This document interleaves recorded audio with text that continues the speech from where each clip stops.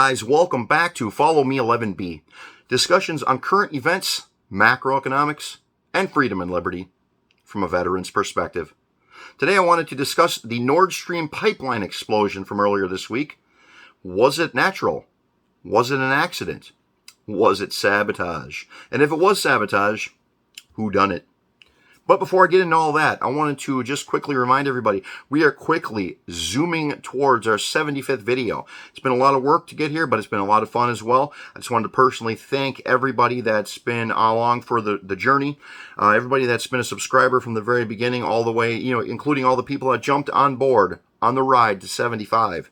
Everybody that's done a like for the videos, a rumble for the videos on the Rumble platform, a share of the videos, maybe you posted a comment in the comment section. Thank you.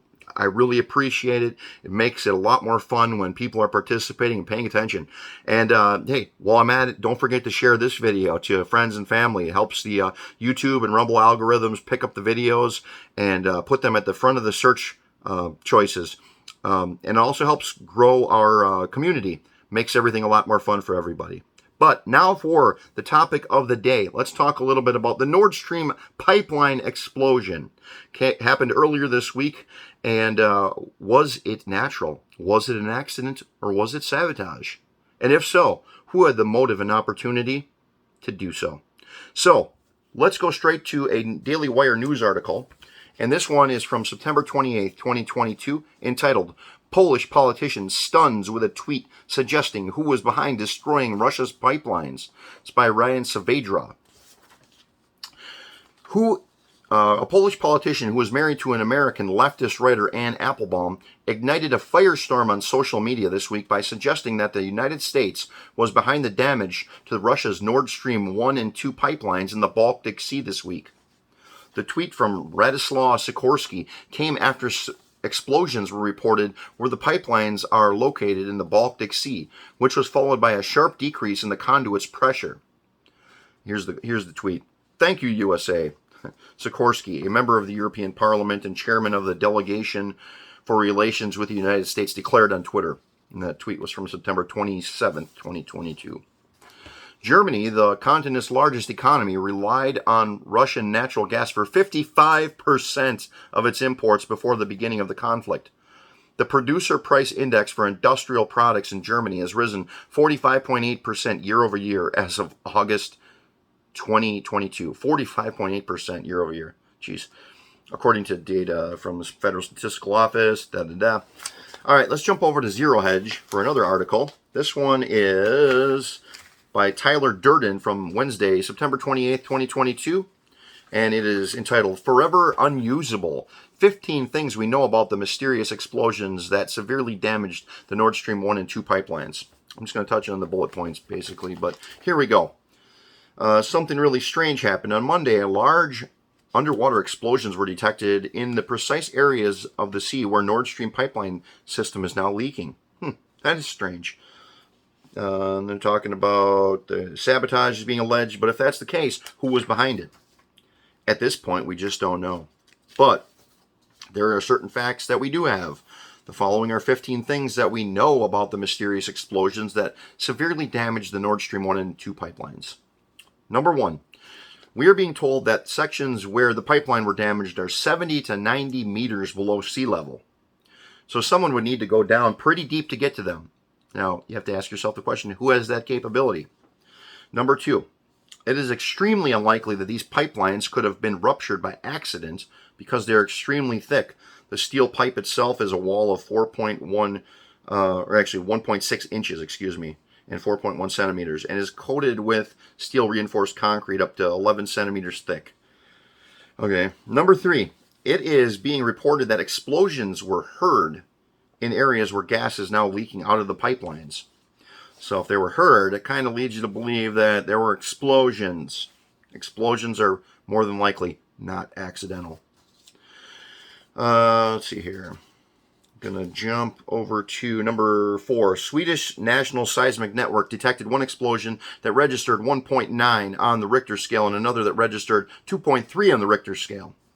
Number 5, the largest leak is reportedly spreading bubbles a good kilometer in diameter. Let's see here. Number 6, German officials are claiming that this was a deliberate act of sabotage. Here's number 7. Interestingly, this incident took place just one day after thousands of German protesters took to the streets and demanded the opening of the Nord Stream 2 pipeline. That's weird. Number 8. The Prime Minister of Denmark also believes that this was a deliberate act of sabotage. Number 9.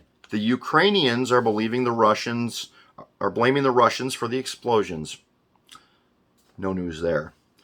Number 10. It is being reported that the CIA recently warned Germany about a potential attack on the pipelines. Putting the bug in the Germans' ears, perhaps? Maybe. Here we go. Number 11. A Polish member of the European Parliament seems absolutely convinced that the United States was behind the attack.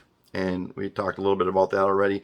Radek Sikorski, he was Minister of National Defense from 2005 to 2007 and served as Deputy Minister of National Defense and Deputy Minister of Foreign Affairs previously. He is currently an elected member of the European Parliament. Here's where it gets really interesting, though, in my opinion. Number 12, Joe Biden previously threatened to end the Nord Stream 2 pipeline if Russia invaded Ukraine. Spoiler alert, Russia did invade Ukraine, and here's the exact quote. Quote, if Russia invades, then there will be no longer a Nord Stream 2. We will bring an end to it. Unquote. Here's number 13. Victoria Nuland, who is the Undersecretary of State for Political Affairs of the United States, has also previously threatened the Nord Stream 2 pipeline. Here's her quote. If Russia invades Ukraine, one way or another, Nord Stream 2 will not move forward. Close quote. Here's number 14. Meanwhile, European officials just gathered for a ceremony to mark the opening of the new Baltic pipe. Weird. Leaders from Poland, Norway, and Denmark have attended a ceremony to mark the opening of the new Baltic pipe, a key stage in the drive to wean Poland and Europe off of Russian gas. The pipeline will transport natural gas from the Norwegian shelf via Denmark through the Baltic Sea to Poland. It is the centerpiece of a Polish strategy to diversify away from Russia.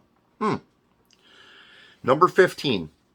Germany's Tagesspiegel reports that German security authorities assume that the 3 tubes of the Baltic Sea pipeline, Nord Stream 1 and 2, will be forever unusable after the alleged acts of sabotage. If they are not repaired quickly, a lot of salt water will run in and corrode the pipelines, the Tagesspiegel learned from government circles. One last article I wanted to touch on.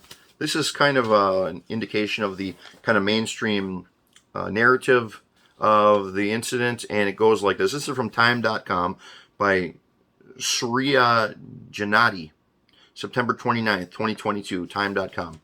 Russia blows up gas pipelines, declaring an all-out energy war it may have already lost. Well, I guess the mystery is solved. We've already got it on the front page here of Time. But it goes like this. There may be no clearer sign of an enemy in retreat than his scuttling of his own ships, which is what Putin appears to have done Monday by blowing up the main pipelines for exporting Russia's natural gas to Europe. Skip down a little bit. Although the energy crisis will rage on, Russia has lost the energy war. A series of explosions ruptured both parts of Nord Stream 1 and 2 on September 26th. A possible fourth leak was also just identified. The natural gas pipelines, each running from Russia into Poland with a capacity of 55 billion cubic meters per year, were a key part of Russia's efforts to wield energy leverage over Europe and to hurt Ukraine. Nord Stream 2 in particular was intended only as a way of bypassing Ukraine so that Kiev would be deprived the roughly $3 billion annual transit fee for moving the gas of Russian state-owned giant Gazprom into the European Union. It's hard to see the upside of blowing up the conduits of one's own economy, not the least of because the physics of natural gas mean that Russia will struggle to bring a gas industry back online in the future. Yeah, that is a little weird. Nonetheless, there is consensus that Russia is behind the sabotage. Possible logic, if one reaches it, is an effort to create a false flag disaster that can be blamed on either the Ukrainians or the U.S., theoretically creating a wedge with which to fracture the Western alliance against Putin. Or possibly the explosions were planned to distract from the Kremlin's September 28th announcement that it would annex much of southern Ukraine. Another explanation is an effort to exacerbate the energy crisis, symbolically timed for just after Norway. Blah, blah, blah. I'm going to jump down. These are just, they're getting a little bit more grasping at straws the farther I go down this list. Let's jump down a little bit farther. In short, Putin has caused considerable economic damage by triggering the energy crisis, but absent unforeseen crises, Europe should make it through the winter. Hopefully. As such, there is no longer any benefit for him or for Russia to blowing up Nordstream 1 and 2. Well, okay. If there is no gas running through them to Europe, so no immediate fuel supply shortage will ensue. Natural gas prices did jump on the news of explosions, and because of Gazprom's threat to cut off the remaining 40 billion cubic meters of gas transmitting through Ukraine as well. But beyond that very short-term consequence, there's very little leverage to be gained by the sabotage. That lack of logic is the single factor making everyone pause before attributing the explosions to Russia. They just don't make much strategic or tactical sense. But that pause is brief, however, given that Russia has been blowing up or shelling enemy targets across Ukraine. So then I talk a little bit about, it obviously is Russia because they're just crazy Vladimir Putin, and they've already been shelling near a nuclear power plant a few months ago, and they blew up a regular power plant also a few months ago. But in my opinion, that's a totally different thing. And on another note, just before this video that I'm recording, Sweden and Denmark say several hundred kilos of explosives were used for this sabotage. So let's go through the choices again. Topic of the day, the pipeline, Nord Stream pipeline. Was it sabotage? Was it accidental? Was it natural? If it was sabotage, who done it? Well, let's go through the choices. Natural. Looks pretty unlikely that it was some kind of undersea earthquake, because there was a couple of different measurements on the Richter scale, and it only affected certain portions of this pipeline. So it kind of seems like that wouldn't be natural. Accidental? Well, again, the pipeline is extremely thick, and we have heard explosions nearby the pipeline from shore, presumably. So I'm thinking we're kind of in the all probability it is sabotage. And that's what the media is leaning towards. So I'm going to go with sabotage. But it doesn't answer who. So who would have the motive to sabotage this pipeline? Would it be Russia? Well, Russia's motivation would be revenge. That's what they're saying in the media. And I don't know, it doesn't seem like a very good idea to destroy your entire gas, liquefied natural gas industry to harm the West. Doesn't make sense to me. But I could be wrong.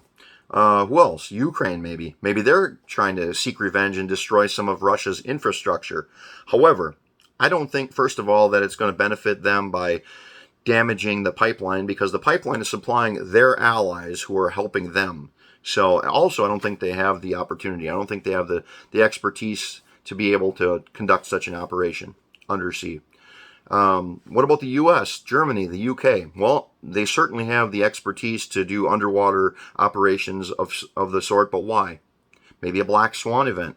Maybe a false flag operation. Hard to say.